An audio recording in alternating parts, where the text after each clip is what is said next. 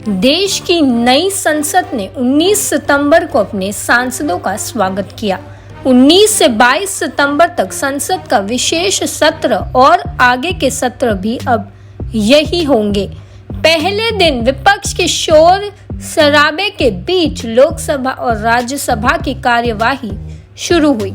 इस बीच सरकार ने राजनीतिक गलियारे में चर्चा का विषय बने महिला आरक्षण बिल को भी पेश कर दिया। नाम दिया गया नारी शक्ति वंदन अधिनियम।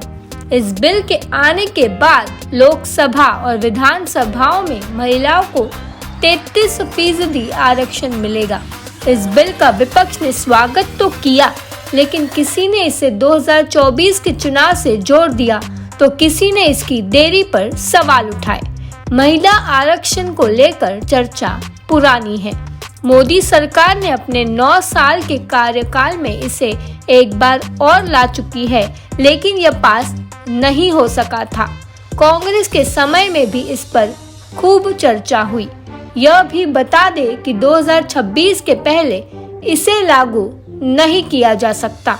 हालांकि 2024 के पहले मोदी सरकार के लिए एक बड़ा मुद्दा है, जिसे भुनाना उन्हें बखूबी आता है। जनगणना और परिसीमन के बाद ही इस पर कुछ हो सकता है, तो अभी इसका इंतजार बढ़ेगा।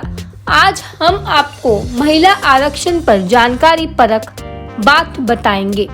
भारत ही नहीं, दुनिया के बाकी देशों में महिलाओं की भागीदारी पर भी बात करेंगे। नारी शक्ति वंदन अधिनियम को लोकसभा में पेश कर दिया गया। लोकसभा में चर्चा के बाद इस पर वोटिंग होगी और 20 सितंबर को राज्यसभा में इस पर चर्चा होगी। बिल के कानून के शक्ल लेने के बाद भी इसे तुरंत लागू कराना मुश्किल है। जनगणना और परिसीमन के बाद ही यह कानून लागू हो सकता है।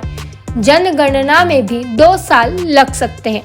जब तक जनगणना नहीं हो जाती तब तक परिसीमन भी मुश्किल है, यानी 2026 तक इस पर कोई भी डेवलपमेंट होना मुश्किल है।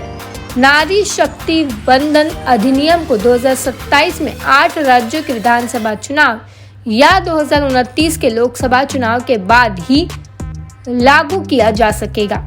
इस कानून को लागू कराने के लिए राज्यों की सहमति भी जरूरी होगी। संविधान के आर्टिकल 368 के मुताबिक इस कानून को लागू कराने के लिए कम से कम फीसदी राज्यों की सहमति जरूरी है।